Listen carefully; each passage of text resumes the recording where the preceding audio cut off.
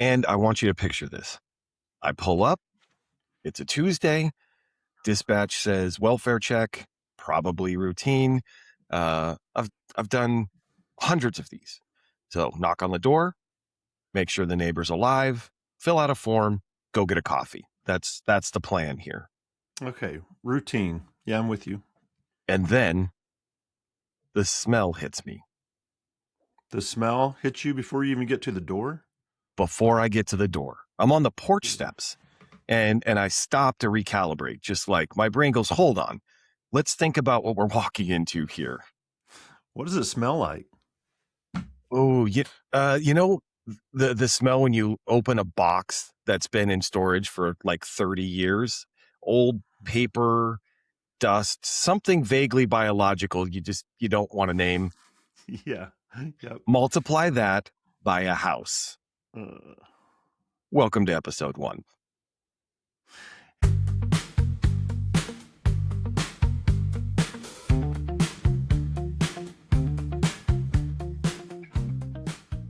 Hey everyone, welcome back to John Teaches Sean About His Brain. I'm John. And I'm Sean, and we're back with season 4 with a brand new format that I'm very excited about and slightly nervous because this season I'm going to have to do a lot more talking. You've always talked. I've reacted. I think there's a difference, but now I have to tell stories based on my law enforcement background, some interesting calls, which means I'm going to be judged on the quality of my stories, which is a whole new kind of pressure. Yeah, your stories are going to be great. That's the whole premise. For anyone who's new here, Sean spent years in law enforcement, and over those years, he went to some calls that are, let's say, scientifically rich. That's a generous way to put it. And what we're going to do this season is Sean tells you about the call, what happened, what he saw, what he was thinking, and then I explain the psychology behind what was actually going on with the people involved. It's something I genuinely didn't know at the time. Like, I'd go on a call, whatever the call was, I'd deal with it, I'd write the report, and then I'd move on. I didn't have a lot of time to sit there and wonder, like, why did that person do that? Or why did these? So this is actually really interesting to me. Yeah, and today we're going to start with what I think is the perfect episode to kick off the season because it starts kind of funny and then it goes somewhere that I think is going to make people feel things that they weren't expecting to feel. Yeah. Yeah. So, okay. So the welfare check. Let me tell you about the welfare check. Let me start with, just welfare checks in general, right? For anybody who doesn't know, and John, you've been around law enforcement a long time. I'm assuming you know, but a welfare check is when someone calls in. In this case, it's a neighbor, but sometimes a loved one calls in because they're concerned about another person, right? So, like I said, usually a family member or a neighbor, and they're like, hey, I haven't seen this person in a few days, or I text with them every day or get a phone call, whatever. So they call the police, say, can you go just make sure they're okay? And I don't know the real number based on my experience. Like 90% of the time you knock on the door, the person answers, they're fine. They were busy or they just left town and forgot to tell anyone, whatever the circumstances are. And the other 10%? The other 10% is everything else, right? So this call comes in as a welfare check on an elderly woman who lives alone. Neighbor hasn't seen her in about 3 days. No answer on the phone. So I roll up to the house and immediately I can see something is different about this property. Different how? So from the street, the house looks fine. A little older house, a little run down, but nothing alarming. But then I look at the windows, and in every window, every single window, without exception, there's stuff pressing up against the glass. Like the house is so full that everything inside is pushing against the windows, just trying to get out. Oh no. And the yard has a path, a worn dirt path through the grass from the street to the front door, not a sidewalk, by the way, just this path, which means whoever lives here goes in and out through the same exact line every time that they come or go to the house. And the stuff has kind of slowly encroached on everything else. So kind of knew before you even knocked at the door what you were getting into. I I had a very strong suspicion, right? And then I get up on the porch, and that's when the smell hits me. And I want to be clear, there is no good way to describe the smell. It's old, it's layered. It's not a sharp smell, but it's like a heavy smell. Like the air itself has weight. So I'm going to ask a question. I need you to be honest. Okay. How long did you stand on the porch before you knocked? Oh, okay. Well, being I took a moment. I mean, I took a professional, necessary moment to gather myself. Yeah, and how long? Is about probably 15 seconds. Isn't that kind of a long time when you're supposed to be checking on someone?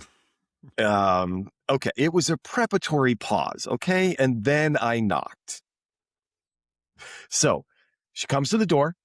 She's fine, by the way. She's up. She's ambulance. She's moving. She answers the door like it's a totally normal situation. But she opens the door. I get my first look inside. And And there's a canyon.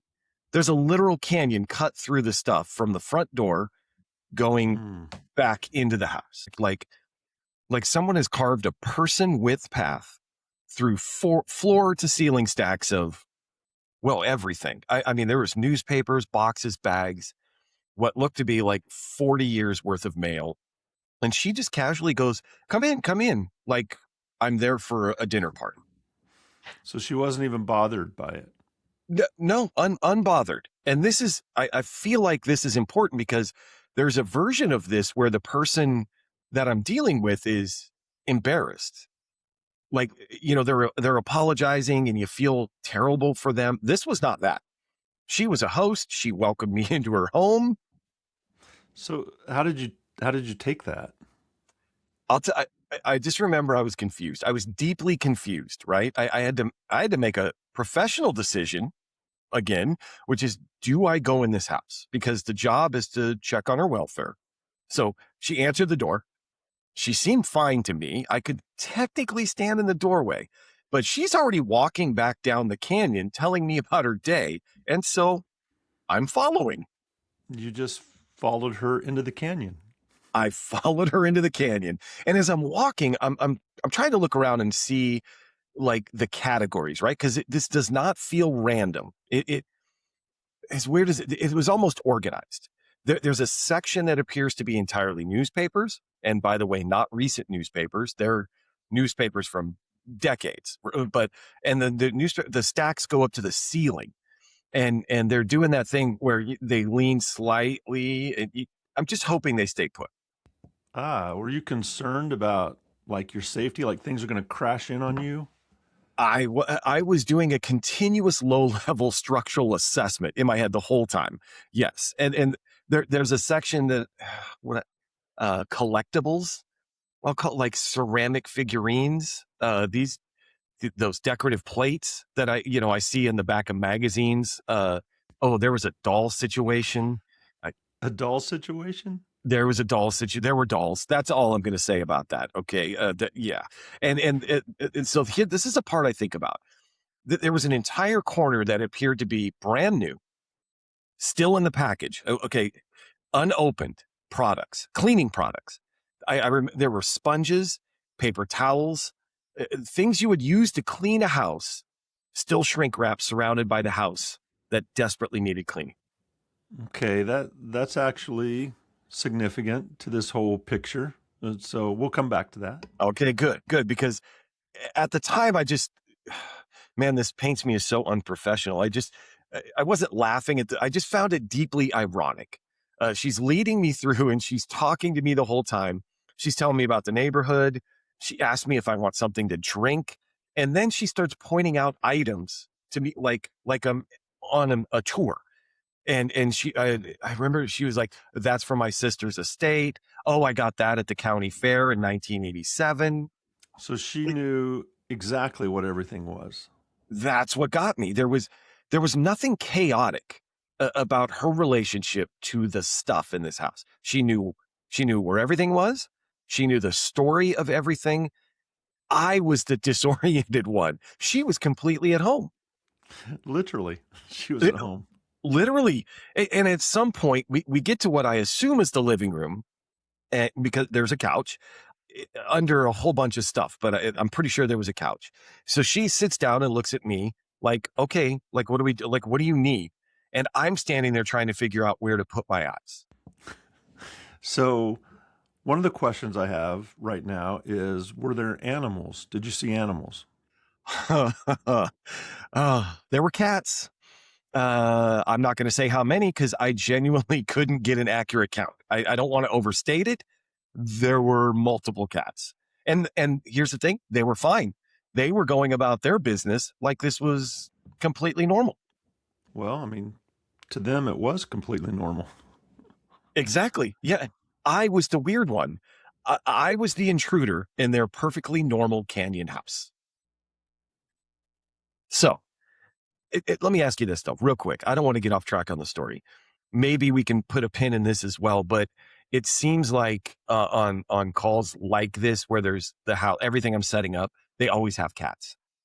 So I want to come back to that about the cat thing. But okay, Okay. so I do what I came to do. I sit. Well, okay, I find a surface to kind of sit, and I talk to her. hmm And the thing is, she's sharp. She's like really sharp. She knows the date. She knows who the president is. She knows her medications. She knows her doctor's name. Like I'm running through every question I can think of, and and she's answering everything. Mentally, she's completely present. Physically, she's moving around fine. Doesn't seem to be have any problems with mobility. She's eating. I mean, there's evidence of food preparation there, right? Recent food preparation, which is on its own an adventure because that kitchen. Okay, but she's feeding herself, So right? she's fine then. Yeah, she's fine, but by the official definition of fine, the welfare is checked. And hmm now I'm in this position where I have to, like, do I say something? Do I offer anything? Do I pretend I didn't just walk through the museum of everything? Yeah, exactly. That's the hard part. So, what did you do? Well, okay, so I asked her gently if she had family nearby or anyone who checked in on her on a regular basis. She said yes. She had a niece who called her every week. I said, great. I asked if she felt safe and comfortable in her home. She looked at me like I had asked the most obvious question in the world and said, this is my home. Of course I do. Of course. What are you thinking? You police officer walking into my home asking me, like, yeah, so that's that. I'm fine. This is my home. That was that. So I gave her the neighbor's contact info, that the original reporting party, in case she needed anything. She thanked me graciously. I walked back out through the canyon and back into the sunshine. And then, And then I just stood outside my vehicle for a minute. I did I just didn't though I didn't know how to respond. I just stood there trying to take it all in. But when I got into my patrol vehicle and started to drive away, it was on my mind, and by the end of my shift it was still on my mind. I couldn't stop thinking about that routine welfare check. is that because it didn't fit the category? Like you were going for a welfare check and it didn't fit, or why were you feeling that way? Oh, because you know what? I didn't have a category for it. I've been trained from the beginning to recognize danger, to recognize distress, to recognize people who needed help and help them. She didn't need help. She was happy. She was home. And I couldn't figure out why that bothered me so much. hmm So, okay, John, that's the call. And I've thought about it a lot since then. And the thing I can't get past, she was not unaware that I was uncomfortable. She could see it, but she was also, she generally didn't seem embarrassed or defensive about my state of mind and the way that I was behaving. Is like she existed in a completely different relationship to those objects than I did. And I've never had the ability to ask anybody about it. That's why I'm excited right now. What is going on in someone's brain that gets them there? Yeah, that's a good question. And so let's talk about that.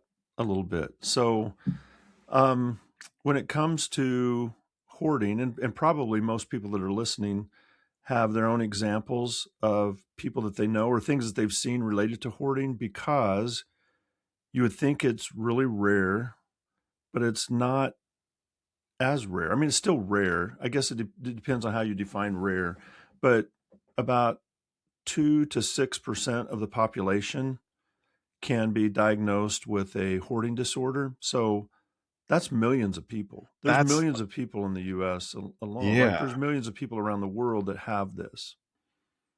So Okay. so that's kind of the first thing, is that probably most of the listeners know somebody, or the story you were telling, they can relate to somebody. And the thing is, it's not everybody, it's not that every case you go to would be just like yours, where it's that extreme. So hoarding behaviors can be from less extreme to very extreme. It's more about the mental mindset behind it. Well, okay, so let me ask you this, because I do remember, because John, you might know this, and I'm sure the listeners do. I'm not a psychologist, but um, I think I was thinking about like OCD that day when I left Hmm. the house. Hmm. I put it under the OCD banner, so to speak.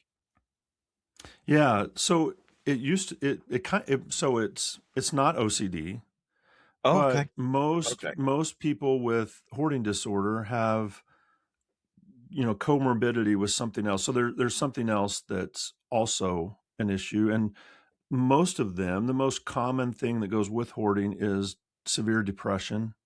As you can imagine that. It's so people will think, oh, they're just lazy, they're messy and they're lazy. And that's not the case with hoarding. It's not about being lazy or messy.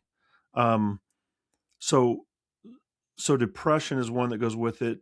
Another one that's common is OCD behavior. So the obsessive and compulsive behavior. And until recently, like 12, 15 years ago or something like that, the DSM included hoarding was just part of OCD. And the you DSM is the thank you. I was going to yeah, ask. it's the yeah, it's the diagnostic statistical manual that psychologists and psychiatrists use when they're diagnosing somebody with a disorder of some type. And it includes everything. It's a really thick book with a lot of stuff in it. And so it's where all the professionals get together and agree what something is, what its causes are, what it's, what, how you can identify it, those types of things. Hmm. So originally it was part of OCD, but now it's its own thing, because it's not just about extreme OCD. It has its own diagnosis.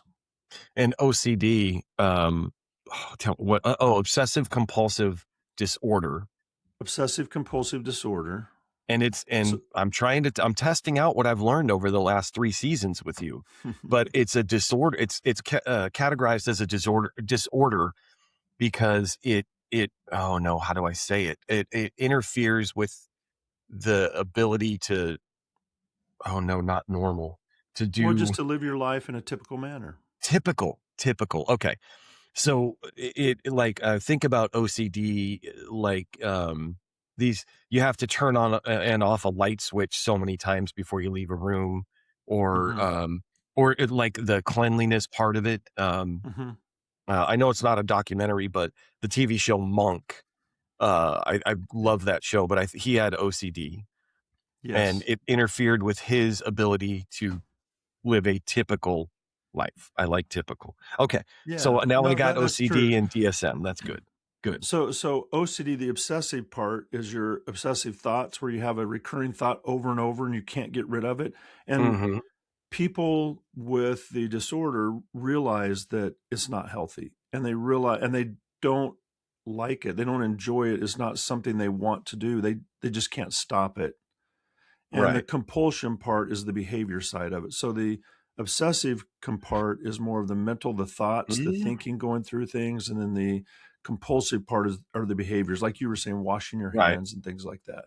Okay. So that can be part of this, but you have to kind of separate that out. So the idea around around hoarding is keeping things and not getting rid of them because Hmm. you're afraid that, I mean, because all of these things have value to you.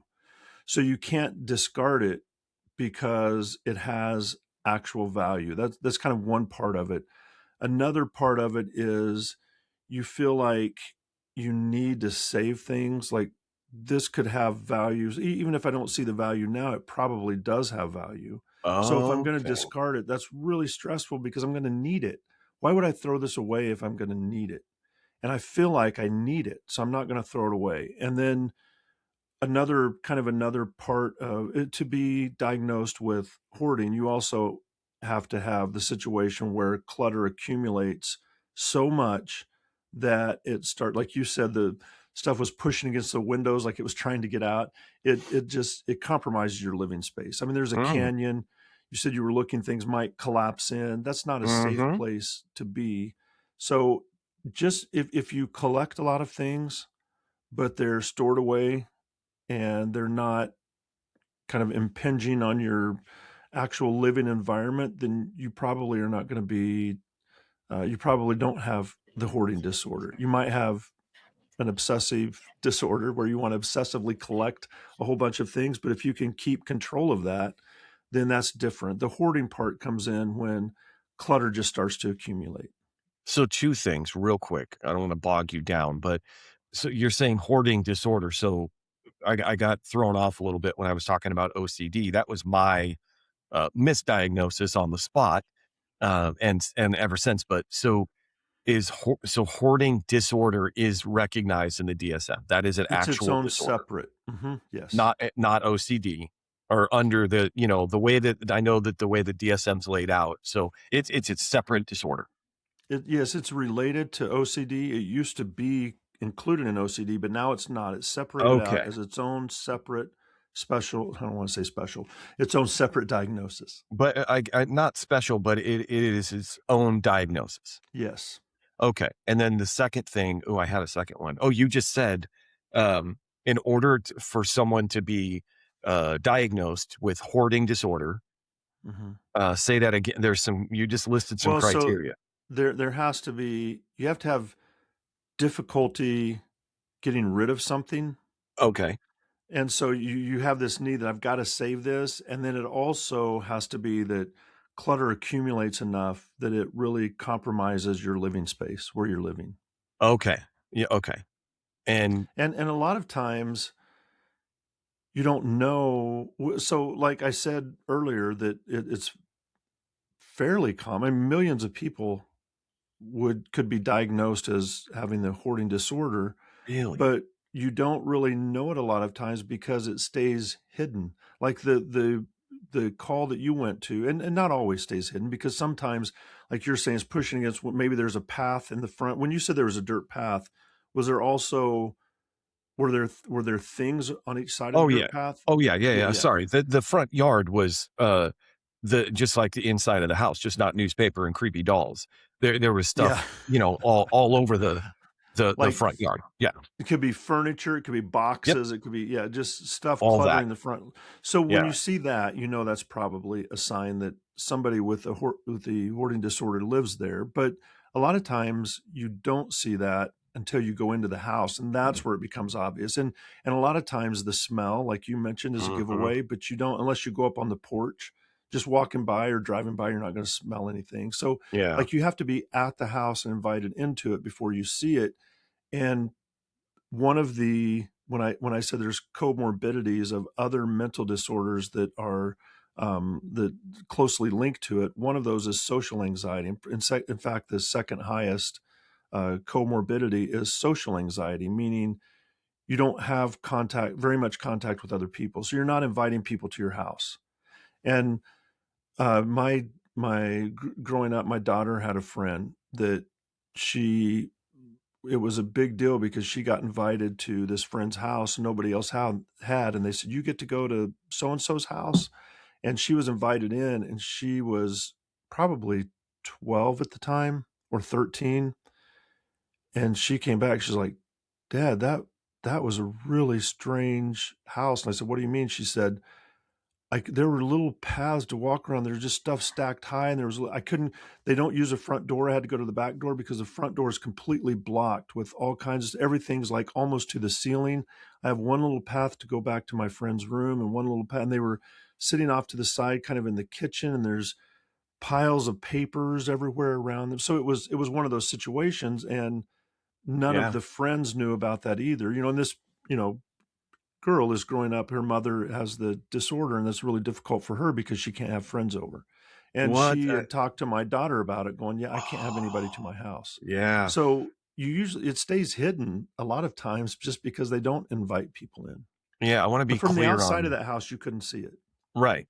That you have to be invited in. Mhm. So another misperception on my part, and another thing I was just wrong about, I wanna clear up here because I wanna be clear about what you just said for me. The comorbidity, social anxiety. Mhm. I thought about these situations that, by calling them people, who have been diagnosed with hoarding disorder. I'm Mhm. gonna say it that way because I don't like calling them hoarders. Right. I That's just yeah. people who have been diagnosed with hoarding disorder. I felt like they weren't inviting people over or any kind of social thing because they were embarrassed about what's going on in their house. And that going back to my story, that's what bumped me about this woman is she wasn't embarrassed. So that was a Mhm. long way to get to my question. You're saying that the social anxiety part is well before the accumulation of all of this stuff. It's a part of the actual disorder. Yes. I mean, that's kind of chicken and egg maybe. It So is. Realize it as I said it. yeah, Yeah. no, but it is, but and so not everybody that has been diagnosed with a hoarding disorder also has social anxiety, but I Okay. think it's close to like I think it's 30 to 50% or something like that. It's like nearly half of them. I was just mentioning that as one of the things, but I think that I mean you hit on something really key to this is that to the person that is collecting all of this stuff and not wanting to get rid of it, to them, it's not that there's something wrong with them. Mhm. They have a lot of things that they're trying to protect and keep, and yeah, it's getting a little bit messy around there, but it's not like somebody without the disorder would if all of a sudden their house was starting to look like that, they would be just utterly ashamed. It's not about that. It's not about shame.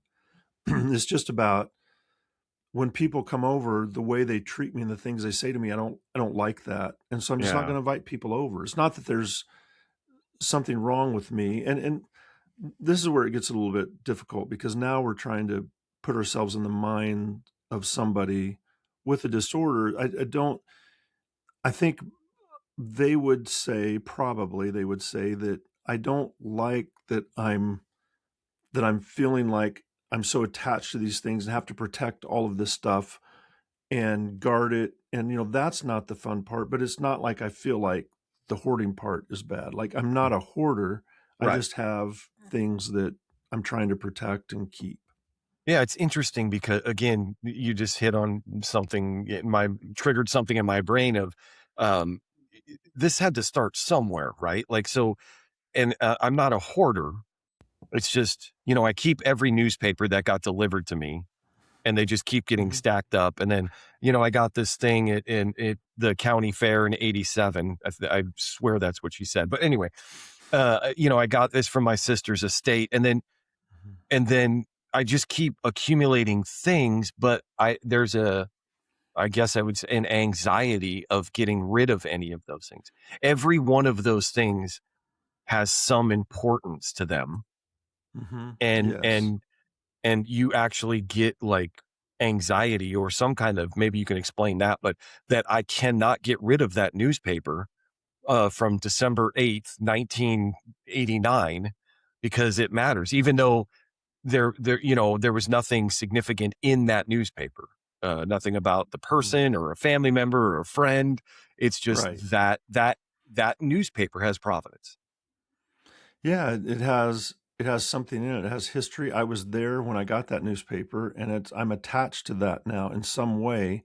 Mm, And you know, looking from the outside, you think that's all trash and that's all junk. Just throw it all away. And Mhm. there'll be well-intended church groups and community groups that will say, let's go clean up that hoarder's place. And then they'll go in and there'll be, they'll clean it up or whatever. And the person is very distraught and maybe crying. And they're thinking, yeah, but they'll be okay because once we get it all cleaned up, they'll be fine. And then they They'll walk feel better. away If the and they'll house is feel clean, they'll better. feel better. Yeah. Yeah, Yeah. because I would if I just Mhm. let things get out of control and my house got messy and somebody came and cleaned it up, it's like, "Ah, thanks. That was really nice of you. That Right. helped a lot.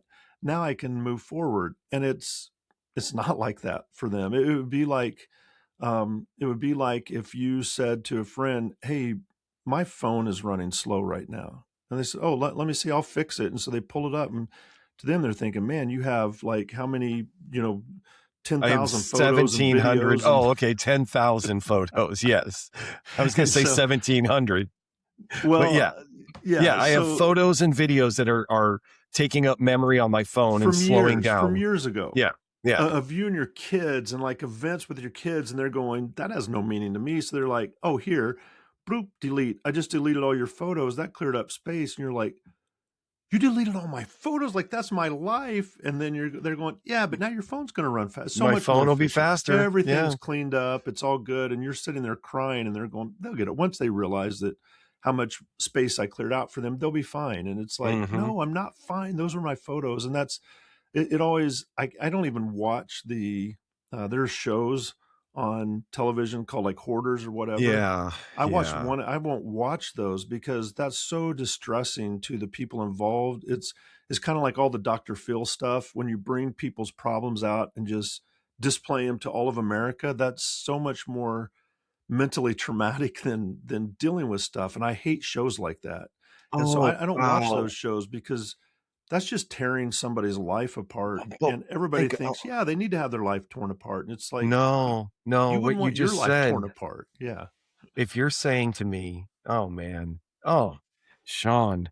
I've never watched the Hoarders, the show, but I see it on the menu all the time, Yeah. and I know when I see it, I'm just like, I don't wanna watch that, but now I'm thinking about this person who has a disorder, hmm hoarding disorder, which, hmm and social anxiety, probably, but let's say possibly, and maybe some other underlying issues. And now you have a production team, a camera crew, a bunch of people in your house filming, and then also cleaning. I'm assuming they clean the house up. hmm What that must do.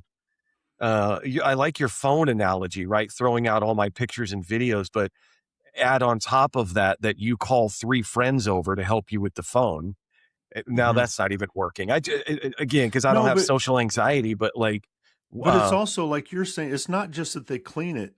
Like they wear rubber gloves and hazmat suits and they hold stuff up and go, ooh, look at this in front of the TV. Look at this. Look how long this is. And they go, and they like throw it away. And the person's in the background sitting in a chair, usually in the yard, like sobbing. It's like, this is awful to do to another human being. Like, why are we watching torture right now on wow, television? no, I've never even given that a second of thought. That's distressing to me. Um, Yeah.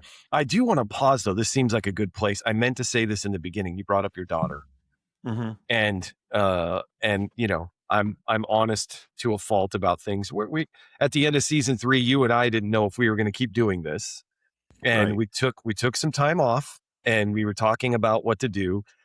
And in those conversations, even I felt like I can speak for myself of like maybe this thing has run its course. And then your hmm daughter, thankfully, your daughter came up with the format for season 4, which we're doing right now. hmm And so I want to thank your daughter for helping us get out of that rut. So I meant to say that at the top. I'm going to say it at the 35-minute mark here, but thank you, Sierra. Okay, Yeah, so no, yeah, Sierra had the idea of she's like, yeah, you've gone through topics and stuff, but really the interesting thing is Sean is a former police officer and has probably seen so much that he could tell his story and then you could talk about it. And I'd say, yeah, that's a great I think idea. that's a good idea. I hope Yeah. I hope people enjoy it. I should have gone on record and said it was my idea, so she couldn't refute it. But What if she no, comes it's back and, like, when we get, like, if 20 we ever viewers start instead of making money, 8, if we get yes, 20 viewers, she'll be saying, she's "Hey, gonna want a piece, I want a so piece of this." some of that advertising money. That's right. Okay, okay. Getting back into like the psychology of, or even the, is it neurology or what? I mean, we're talking about someone who's been diagnosed with hoarding disorder, and Mhm. Mhm. what what is happening here with them, right? Is again, Mhm. they're not even. I'm putting too fine of a point on it, saying I'm a hoarder, so I'm going to collect everything in the world. That's not it. It's this slow accumulation over time, Mhm. and not being able to get rid of anything. Discarding something is just not even on the table. Yeah, you mentioned, that you saw cleaning supplies that was Oh, still yeah, in the yeah, yeah. package, I did. Yeah. that it was all still shrink wrapped in there and had never Mhm. been open, and that's also, I think, relates to the fact that people with the hoarding disorder will realize that I do need to clean some things up. Like, I'm not going to throw things away because these are things that are a part of me and they have meaning to me. And like you saying that she could say this came from my sister-in-law, this, my aunt's estate or whatever, and this is from a fair in '87. What all of those things. I know where everything is and what meaning it has for me, but I probably do need to clean up. So then buying some cleaning supplies relieves that kind of that anxiousness about Mhm. maybe things are getting out of hand, maybe it's getting a little bit dirty, maybe I need to do something. So I've bought those things now. Now I feel better. So I'm going to set those to the side and I'll get to it soon. And then you don't. And then things seem like maybe I should clean. So I'm going to go buy some cleaning supplies and then I'll set them to the side. So it's yeah, I don't know. I guess part of this, maybe we should talk a little bit about the brain.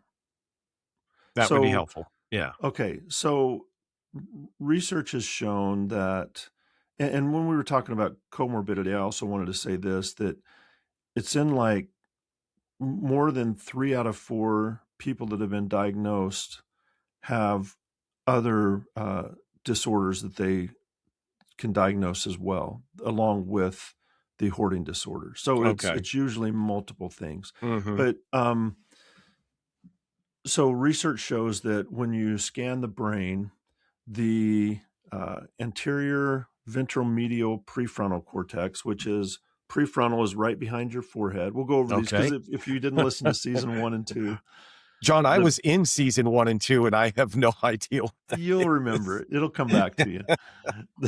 It's the prefrontal. The frontal cortex is at the front of your head. Okay, yeah, okay. The prefrontal is right behind your eyeballs. And if you think of terms, ventro, remember we said dorsal and ventro. Dorsal is Ventral like your is dorsal under, fin, right? that's your back. Ventral is like like ventriloquist is a stomach talker. So that's the underside, the ventral. The dorsal is the top. So it's ventromedial. So it's the underside, middle, medial. Lateral is the outside. Mhm. So the ventromedial of the prefrontal Underside, cortex. So it's kind of like middle. right behind your nose, actually, the bridge of your nose.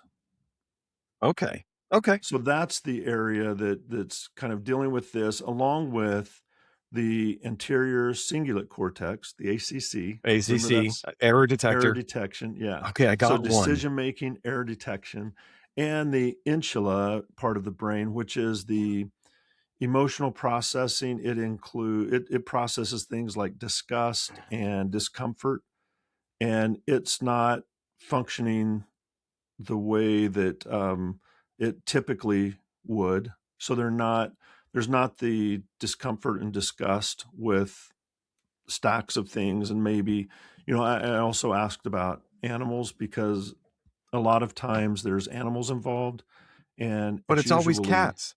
it Why is it usually is cats? cats. I think that's usually it is. And it's not just that there's a cat or 2 cats, it's usually many because then cats aren't spayed and neutered, so they'll be having kittens and more kittens and more kittens, Oh. and it usually involves not good care. So they're malnourished, usually really skinny. There's no litter boxes, so they're going everywhere. And that's the smells, and Mm, that's the kind of the part that most people with the insula functioning, that disgust thing comes in, like, oh, this is disgusting. But to people with the hoarding disorder, a lot of times it's not, because it's, again, it's a brain function. right. And I think people think it's just choices. You chose to be disgusting like this, to have cats everywhere, but it's not about that. It's just people's brains process things differently. Yeah. Because my enchilada was going crazy in there, I'm assuming. Disgust and, whatever. But Yes. Yes. hers was not, she had no No. problem with what was going on in there. And No. again, why do you pick the one? Why do you get multiple of the one animals whose urine smells like ammonia? Cat urine in a house like that. Sorry, I'm sorry. It just, why are you doing Yeah, I this to think me? you could build a 6-inch steel wall between Oh, a wall where a cat's going, you still smell it on the it'll other still side. smell. It's, Yeah, yeah. it's But yeah, I wonder. I don't know, because well, cats okay, seem okay. to So take here's care of something. themselves. Maybe.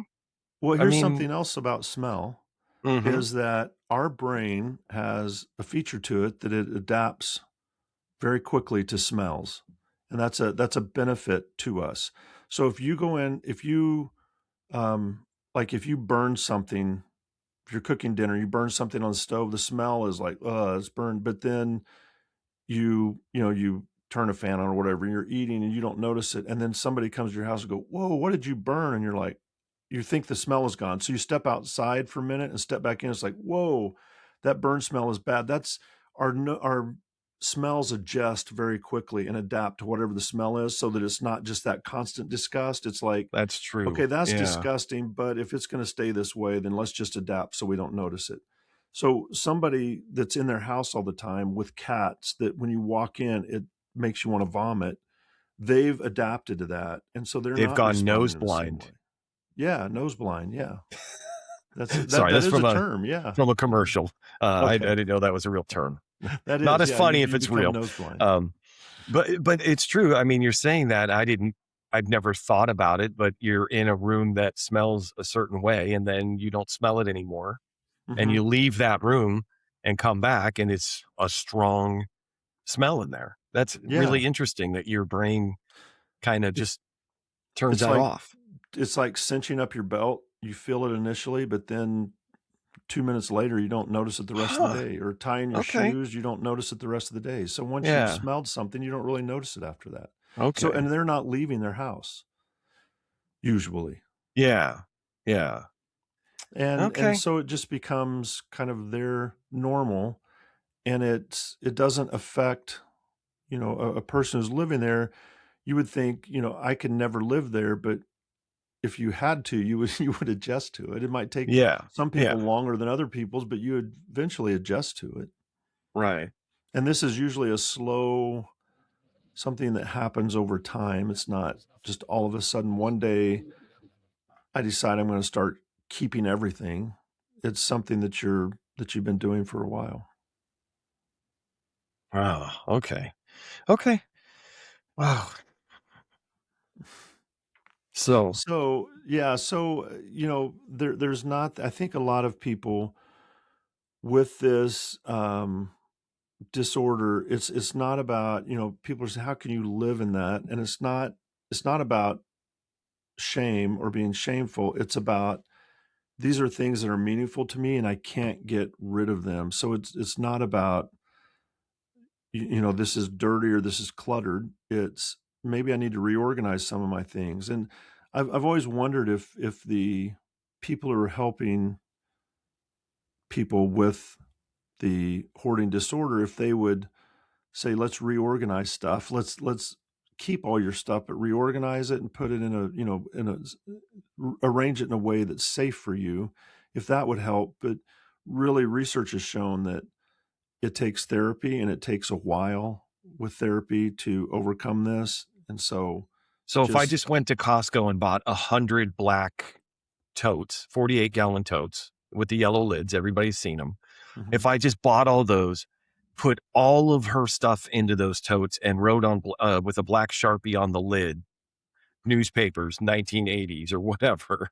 Um, I mean, that's not going to solve, that doesn't solve the problem. No, but I think that you would clean up the area and that person would be extremely happy. But Really? now that gives them more room to start collecting Oh, more no. stuff. So there Okay. has to so there has to be some type of treatment as well. Right. So Right. what I'm saying is don't just go in and just throw everything away because that's extremely distressing. But don't also just reorganize and set it to the side because, a few weeks later, a few months later, it's kind of back to where it was. So there has to be some type of intervention as Uh, well. And it yeah. needs to be by professionals, not by your church group or your community group. Or It needs to me. be professionals. If I just go over to her house once a week and just have therapy sessions for that's not gonna help. Well, it might if So you're a you're telling yeah. me, because here was my plan. I'm gonna, go over there with all those totes and organize everything, and then I can just go over there and talk to her, even though I'm not a professional. That's not Yeah, gonna that's help. probably not gonna that's probably not gonna Okay, work. there goes that plan. Or just like really get after her for like you should know better. You should be ashamed of yourself. Doesn't it bother you living like this? Yeah, That's don't the my therapy way is just to, like, yell at her and shame her mhm. until she fixes it. I'm being sarcastic, by the way, I know anybody you listening. are. I'm sorry. I'm You're trying to not be like funny. that. I like to think I'm not like that. Okay. Yeah. Oh, John, so I it's not hyperbolic to say, this call stayed with me. There's some Mhm. calls throughout my career that I think about, and even part of what I think about with this call is that it was a nothing burger, right? Nothing. There Mhm. was nothing. It wasn't a distressful, huge call. Nothing happened, but I still think about it on occasion. Yeah. Go back there, but um, yeah. So what you have explained here is very helpful for me. I'll think about it in a whole new way. Well, that would be I think that would be my question to you, and maybe something I'm gonna ask in most of our episodes is that now that you see it from the psychology side and from the brain science side, does that change how you think about the call that you went on? Oh, yeah, I mean, and yes, yeah, yes, it does. So I think the thing that I keep coming back to is I was professional. I did my job. I talked to her. I checked her welfare. I didn't intend to make her. I didn't try to make her feel bad. But I also just I left. And I think at the time I felt I just in my head was it was unusual as a situation, but she was fine. And what I understand now is that fine is a complicated word for someone in that situation. Yeah, I mean, you did the job that you were asked to do. So you have to go check on that person, check on their welfare, make sure they're safe. And that is important. That's a real thing. I know, I know, but knowing what I know now, like all experience, it shows up 15 minutes after you need it. But I don't know. Mentioned resources differently, or I mean, I basically said, do you have anybody to check on you? Here's your neighbor's number. Take Mhm. care. But or maybe even like a different conversation with her. I was joking about the therapy thing, but not to clean up the house, but just to make sure she had some connection to someone, to anybody who understood what she was dealing with. Yeah, Mm. that's really the human response. And I think that's what maybe we're trying to do with this season is it's not that you did something wrong. It's just that once you understand the psychology of why people are the way they are and why they do the things they do, it just opens up maybe a different type of empathy. Yeah. And the smell thing makes more sense now too. Does it? Yeah. Yeah. Old paper, old fabric, decades of accumulated stuff in a tightly enclosed space. It's not a neglect smell. It's a time smell. A time smell. Yeah, I like that. I'll have to use Use it. it. You can use it. Have it. Oh boy, John, that's episode 1 of season 4, and I'll tell you, I'm pretty happy about this. I know it's only one episode, but Good. Well, I think we've looked a little bit ahead, and I think next week you're going to talk about a call you got to a house where danger is considerably more molecular. So mm, it's a story about a very smart man a very bad gambling habit, and a substance that you should absolutely not be able to make at home. Yep. That one's a lot. I guess we'll see you then. All right. Thanks for listening, everyone.